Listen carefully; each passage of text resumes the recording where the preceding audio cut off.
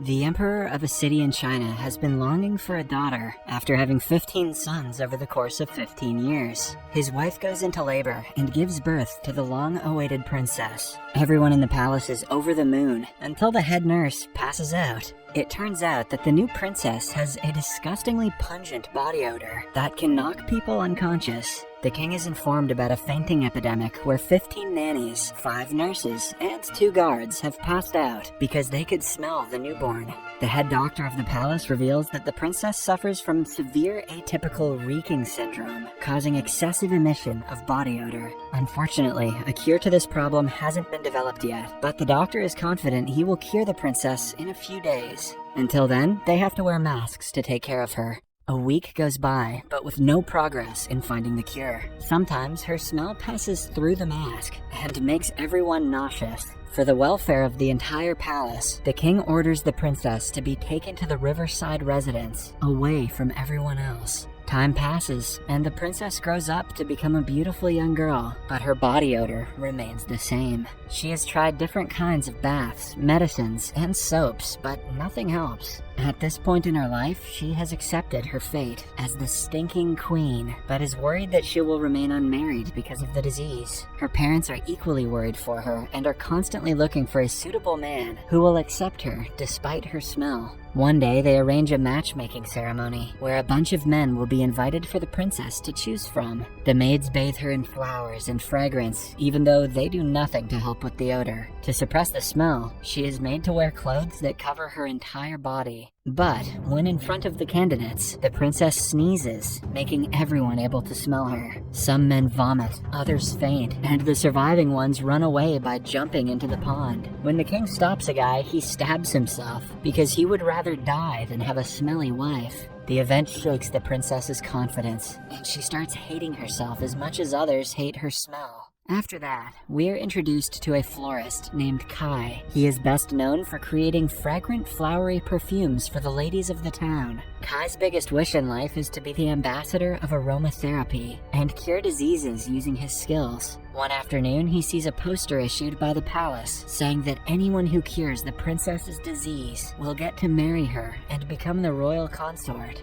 Kai doesn't really care about marrying the princess, but he is eager to prove that aromatherapy works, and he believes that his flowers can cure her. We see that he has a plethora of flowers growing at his house, including a smelly one called Stinky Weed, which sounds awesome, but smells really bad. Even though most people would find the plant repulsive, Kai loves it as much as the rest. Then comes the day of the competition, where 6 selected candidates have to make 3 smelly objects odor-free. They get to work immediately, some using magic, others using chemicals, while Kai uses his homemade fragrance. I want to know what those magicians are doing. After a rough battle, only Kai and a young doctor named Ye are able to complete the task. They are given 3 months to create a formula or a technique that will cure the princess. If Kai is successful, the palace doctor will be humiliated, so he wants his junior Ye to win. He tries his best to discredit Kai's abilities because he was born to a lower-class family.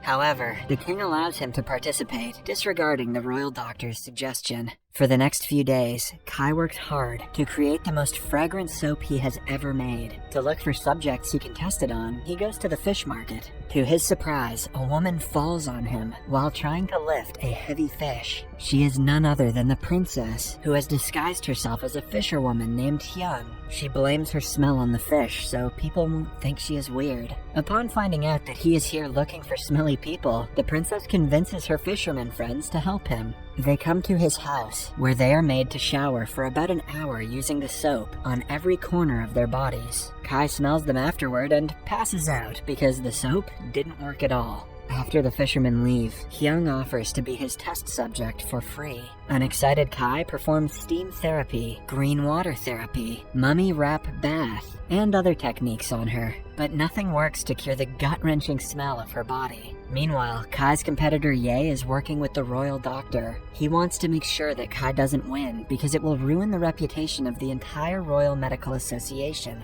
They are willing to go to any lengths to prevent Kai from developing the cure.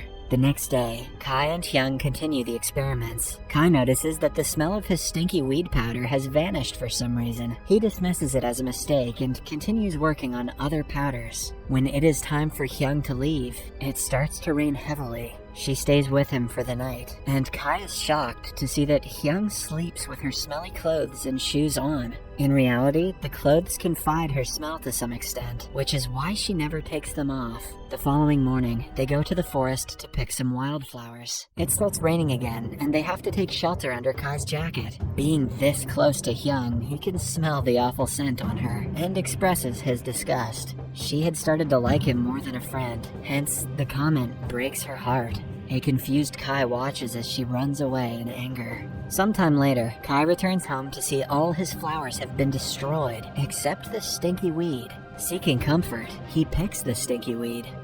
He goes to meet Hyung and finds her dancing alone. Still angry, she hits him with stones, refusing to believe that his house was trashed. Kai drinks for the rest of the night and falls down in the middle of the street. This is when he sees women sweating and comes up with an idea. He wants to create medicine from women's sweat, since it might suppress the odor with its own smell. That way, one can just take a shower and remove the sweat medicine, and their body would be odorless. Kai asks for help from the fishermen, and they agree after Hyung convinces them. For the next hour, they make a group of women dance continuously and collect their sweat. Then, Kai works the entire night and creates the magical potion. But just when it is ready, a masked burglar attacks him and breaks the vial. Kai chases the man and ends up in Ye's house. The doctor claims that he never went out of the house, and since Kai doesn't have any proof, he can do nothing. There is an entire group of scientists working with Ye, which shakes Kai's spirit, especially now that his work is ruined.